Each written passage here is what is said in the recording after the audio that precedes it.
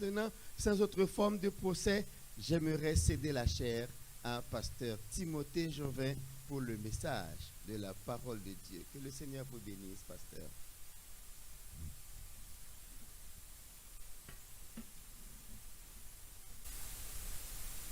Ouvrez vos Bibles avec moi là, 1 Pierre, le chapitre 5.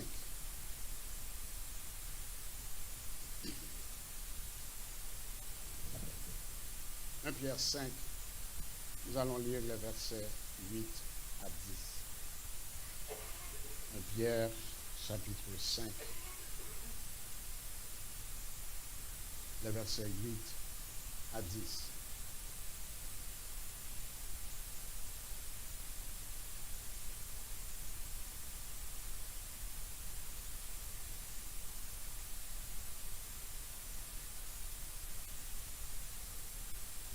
Soyez sobres, veillez. Votre adversaire, le diable, rôde comme un lion rugissant, cherchant qui il dévorera. Résistez-lui avec une foi ferme, sachant que les mêmes souffrances sont imposées à vos frères dans le monde. Le Dieu de toute grâce, qui vous a appelés en Jésus-Christ à sa gloire éternelle, après que vous aurez souffert un peu de temps, vous perfectionnera lui-même, vous affermira, vous fortifiera, vous rendra inébranlable. Parole du Seigneur. Et le Dieu de toute grâce. Mes bien-aimés, la grâce de Dieu, c'est la puissance qui vous permet de continuer, même si vous avez envie d'abandonner. Avez-vous parfois envie de jeter l'éponge et dire, bon, pour moi, c'est fini. Comme la sœur qui disait que c'est ce monsieur-là qui voulait l'aide à mourir, pour de mauvaises raisons, bien sûr. Mais nous, des fois, nous ne cherchons pas l'aide à mourir, mais nous sommes découragés. Il y a beaucoup de choses dans la vie qui peuvent nous décourager. Et des fois, nous voulons tout abandonner. Des fois, nous disons, j'en ai assez. Je n'en peux plus. Mais laissez-moi vous dire que la grâce de Dieu, mes bien-aimés, c'est la puissance qui nous donne envie d'endurer. Même lorsque nous pensons que nous n'avons pas la force, nous n'avons pas le pouvoir de le faire. J'ai appris un secret, c'est que la vie n'est pas un marathon. La vie, c'est un sprint. Il y a des vallées, il y a des montagnes. Il y a de mauvais moments, il y a de bons moments. Il y a des moments où nous avons tous besoin de la grâce de Dieu pour continuer. Parce que nous ne pouvons pas tout seuls. Nous ne pouvons pas avancer sans la grâce de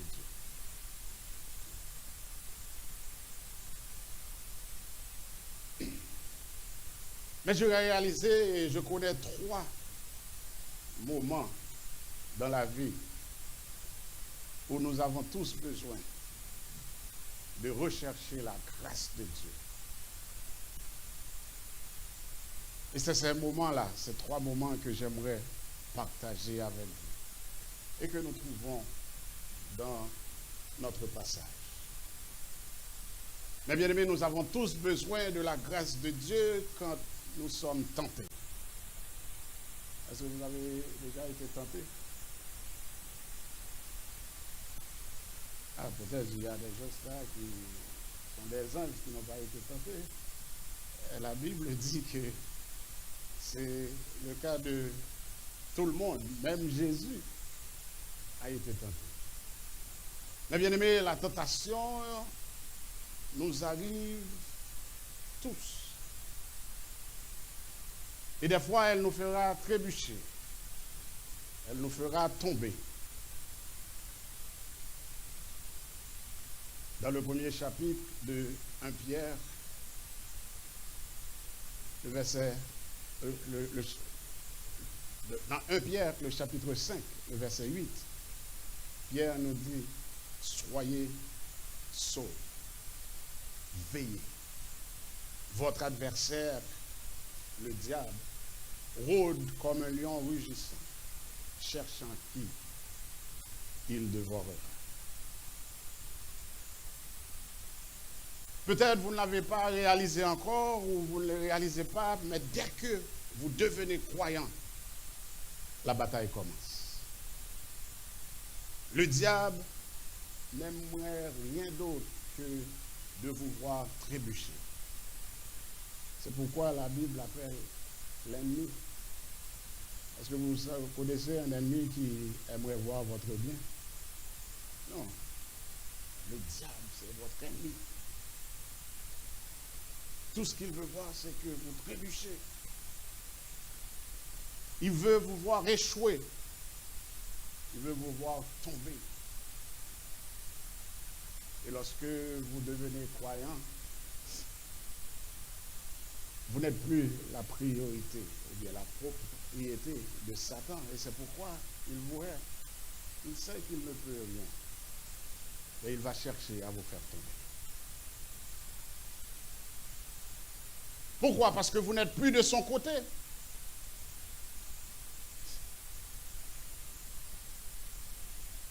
Mais son désir, c'est de vous récupérer. Il va faire tout pour essayer de vous récupérer. Il ne veut pas que vous réussissiez. Il cherche toutes les occasions de se jeter sur vous. La Bible dit que nous sommes tous tentés. Je suis tenté, vous êtes tentés. Et nous ne pouvons jamais éviter la tentation. C'est là que même Jésus a été tenté. La Bible dit que Jésus a été tenté en tout, comme nous, mais qu'il n'a jamais péché. Je ne sais pas ce qu'il y en a pour vous, mais moi, quand je suis tenté, j'ai besoin de la grâce de Dieu. J'ai besoin de la grâce de Dieu pour me soutenir. Et si vous regardez dans 1 Corinthiens, le chapitre 10, le verset 13, l'apôtre Paul dit « Aucune tentation ne vous est survenue qui n'ait été humaine. Et Dieu, qui est fidèle, ne permettra pas que vous soyez tentés au-delà de votre force. Mais avec la tentation, il préparera aussi le moyen d'en sortir afin que vous puissiez la supporter. » J'aimerais que vous notiez deux choses dans ce passage. Premièrement, la tentation que vous vivez est commune. Vous n'êtes pas seul dans cette situation. Vous pensez que vous étiez seul? Que vous êtes la seule personne qui est tentée de cette façon-là? Non. Vous n'êtes pas seul. D'autres personnes sont tentées de la même manière que vous. Mais la deuxième chose qu'il faut noter, c'est que Dieu est fidèle. Et il ne permettra pas que tu sois tenté au-delà de ce que tu peux supporter. Et il te trouvera un moyen de t'échapper. Il faut remarquer le moyen. Excusez-moi, c'est parce qu'il m'arrive là d'un coup, là.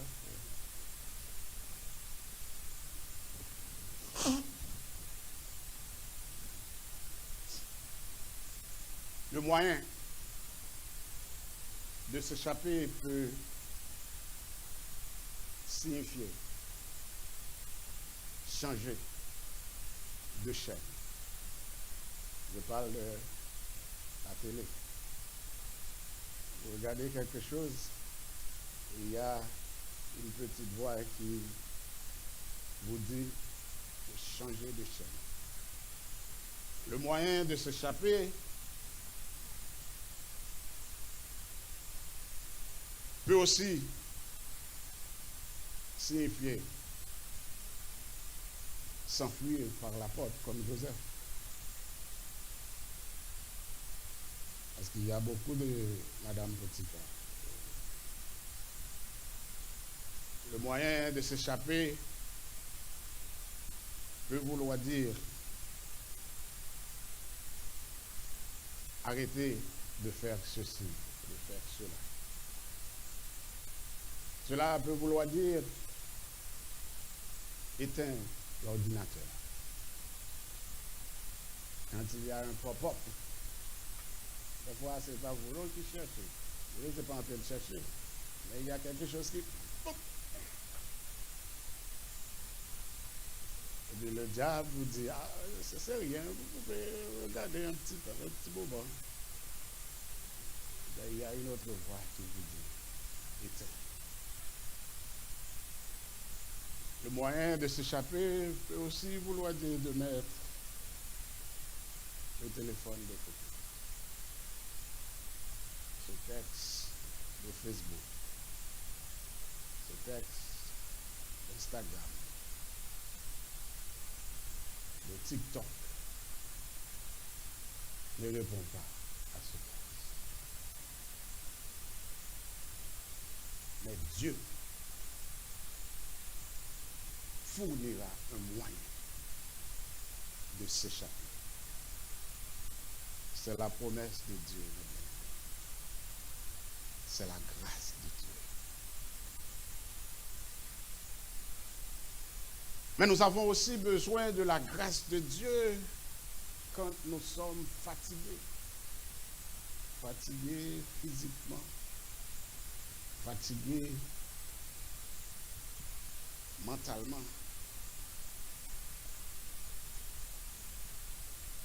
Mais bien aimé, la vie peut être épuisante, n'est-ce pas? Les choses faciles ne sont pas toujours aussi faciles. Parfois, nous pensons que quelque chose va demander peu de temps et peu d'énergie. Mais les choses faciles prennent parfois la majeure partie de notre journée. Et nous réalisons que ces choses faciles ne sont pas aussi faciles que nous pensons. Et parfois, nous sommes fatigués. Et c'est dans ce moment-là, mes bien-aimés, que nous avons besoin de la grâce de Dieu. Nous avons besoin de la grâce de Dieu pour nous soutenir.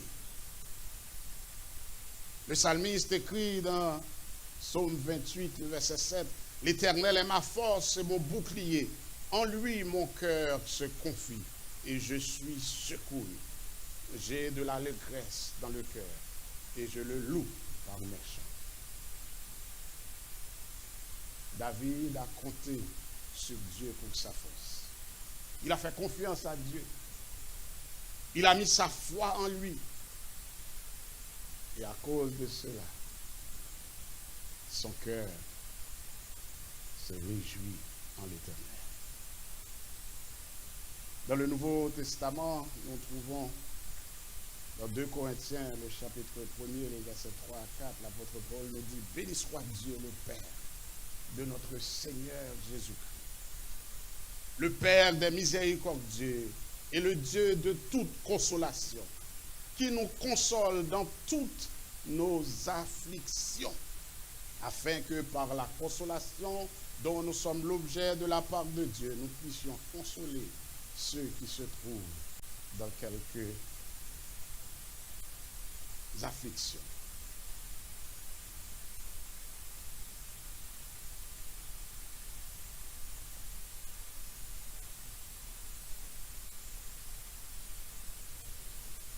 Dieu de toute consolation. N'est-ce pas merveilleux que nous servons le Dieu de toute consolation.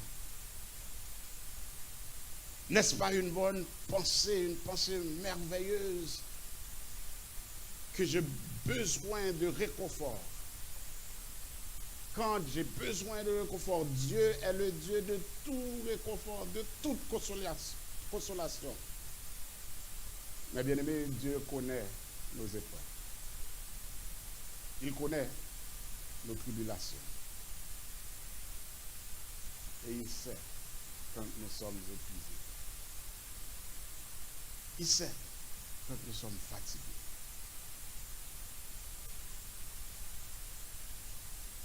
Et il y a des gens qui disent, c'est si difficile d'être chrétien. C'est vrai. Et c'est seulement si vous ne vous appuyez pas sur Jésus. Ça peut être difficile si vous essayez de votre propre force. Parce que si vous ne vous appuyez pas sur Jésus, il est impossible de vivre la vie chrétienne. C'est lui qui donne la force aux chrétiens. Il est celui qui donne aux croyants la sagesse. Il est celui qui vous guidera et vous dirigera. Il est celui qui vous donnera le repos au milieu des tempêtes de la vie. Il peut vous donner la puissance, la force dont vous avez besoin quand vous en avez besoin. Comptez sur lui et reposez-vous parce que vous servez le Dieu de toute consolation, le Dieu tout-puissant.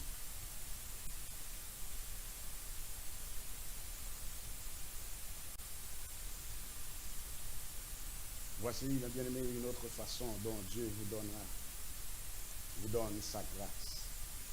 Pas seulement quand nous sommes tentés. Pas seulement quand nous sommes fatigués. Mais aussi, nous avons besoin de la grâce de Dieu quand nous sommes troublés, quand nous avons des problèmes. Je pense que sauf les petits là, ce mot-là nous est familier, hein, le mot problème. Parce que la vie est faite de ça. Nous avons tous des problèmes. La Bible nous dit dans Job 5, verset 7, l'homme est né pour la détresse, aussi sûrement que les étincelles volent vers le haut. Donc ce n'est pas évitable. Vous ne pouvez pas éviter. En d'autres termes, les problèmes sont courants. Vous devez vous attendre à ces difficultés dans votre vie.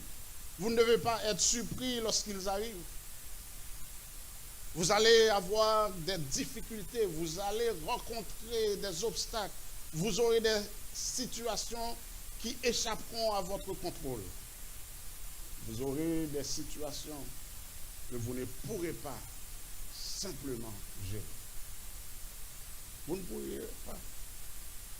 Et c'est dans ce moment-là que nous avons besoin de la grâce de Dieu pour nous soutenir.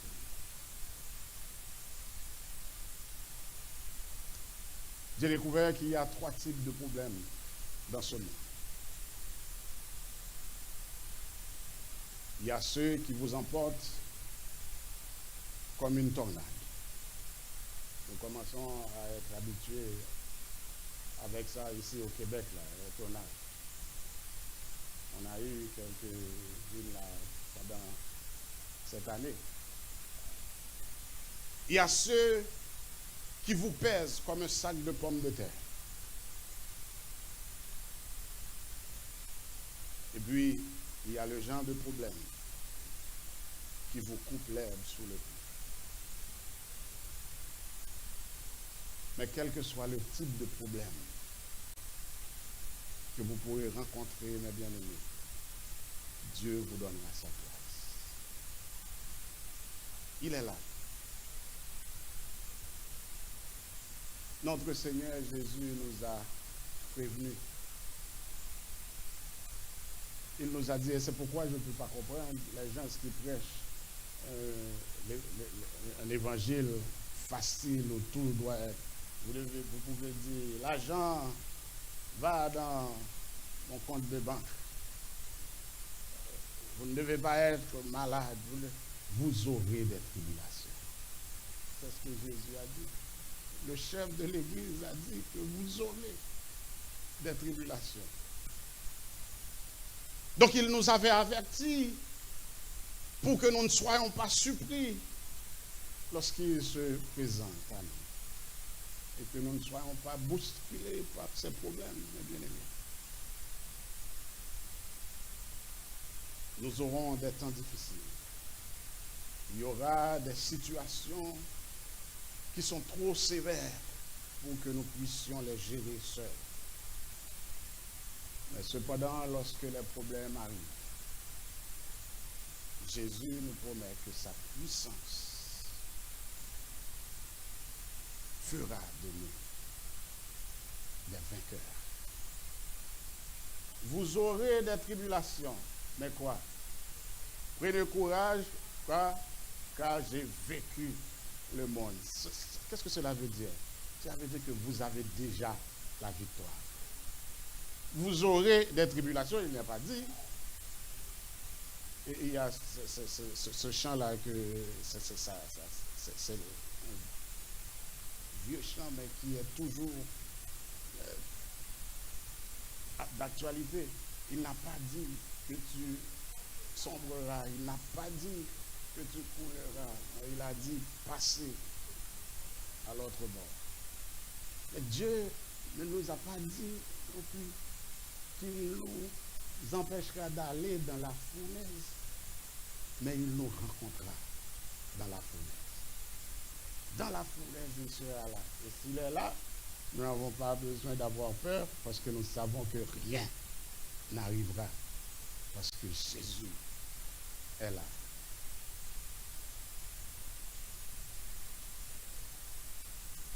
Mes bien-aimés, les moments difficiles, ce sont ces moments-là que nous ne voyons pas venir. Vous ne les voyez pas, des fois. Ça arrive.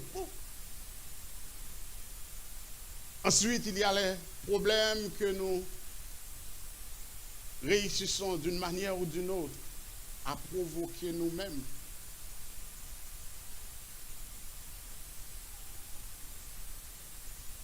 Mais les problèmes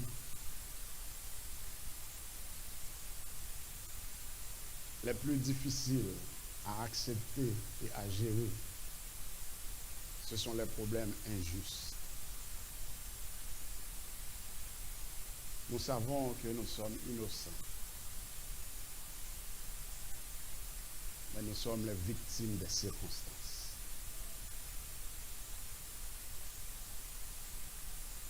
Nous ne les avions pas prévus.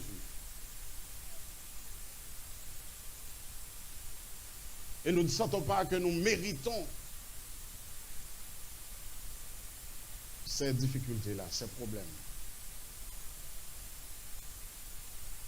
Nous ne les avons pas demandés. Et nous ne les avons pas non plus provoqués. Mais ils sont là. Ils sont là. Vous avez tout fait, vous avez étudié, vous avez fait tout. Et vous n'arrivez pas à trouver un boulot. Des fois parce que vous êtes trop qualifié. Moi, j'ai un grand problème avec ça ici au Québec parce qu'on me dit que pour chaque job, il faut écrire un CV différent.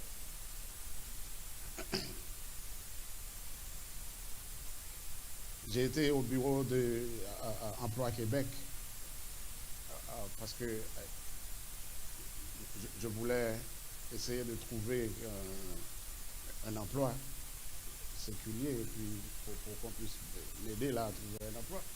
Et la dame m'a envoyé dans une autre compagnie pour refaire mon CV. Puis après quelques temps, j'ai travaillé avec la personne Et on a fait le CV, et je suis retourné voir la dame.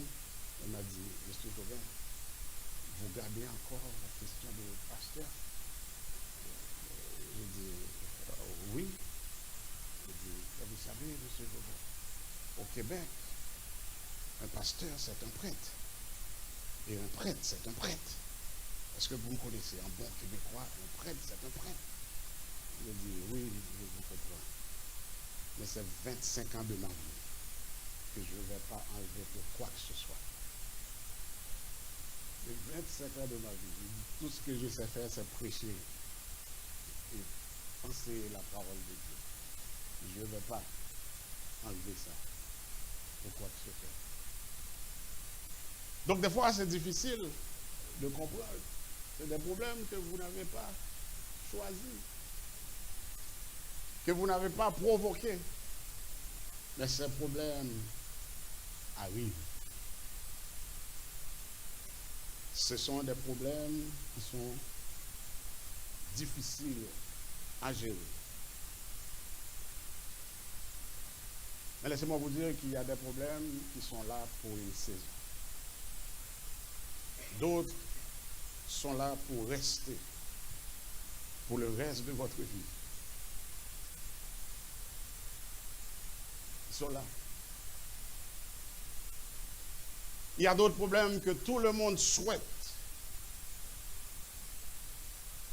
que ces problèmes-là pourraient disparaître. Parce qu'on ne veut pas les avoir.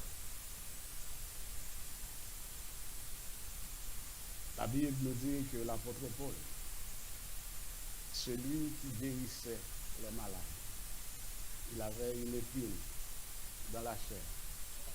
Et Dieu lui a dit, ma grâce te suffit.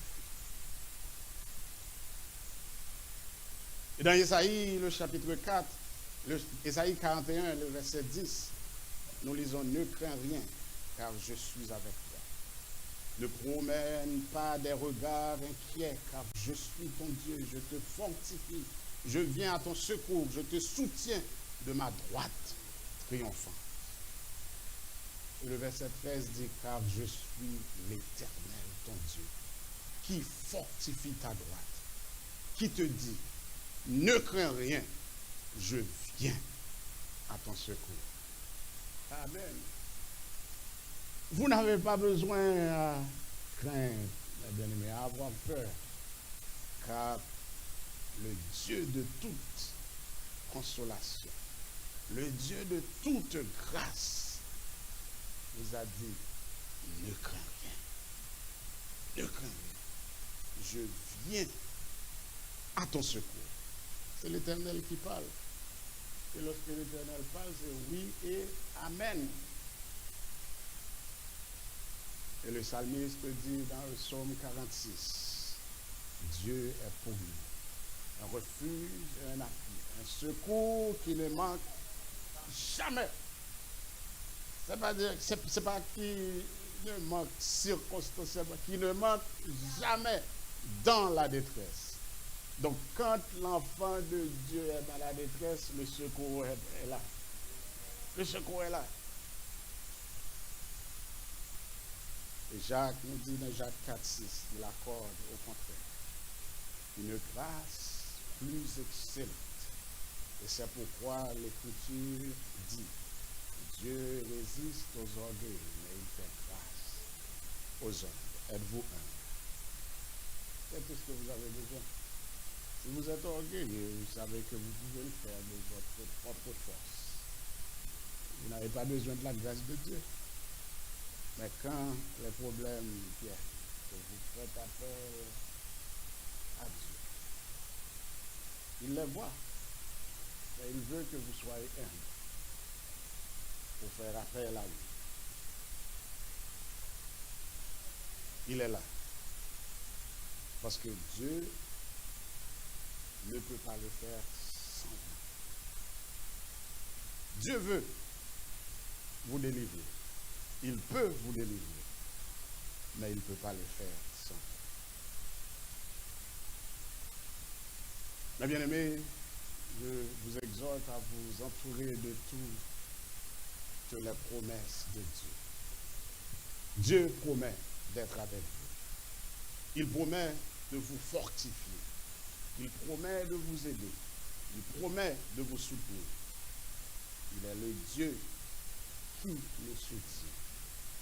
Il est le Dieu qui donne sa grâce. Et sa grâce dure à jamais. Que le Seigneur vous bénisse.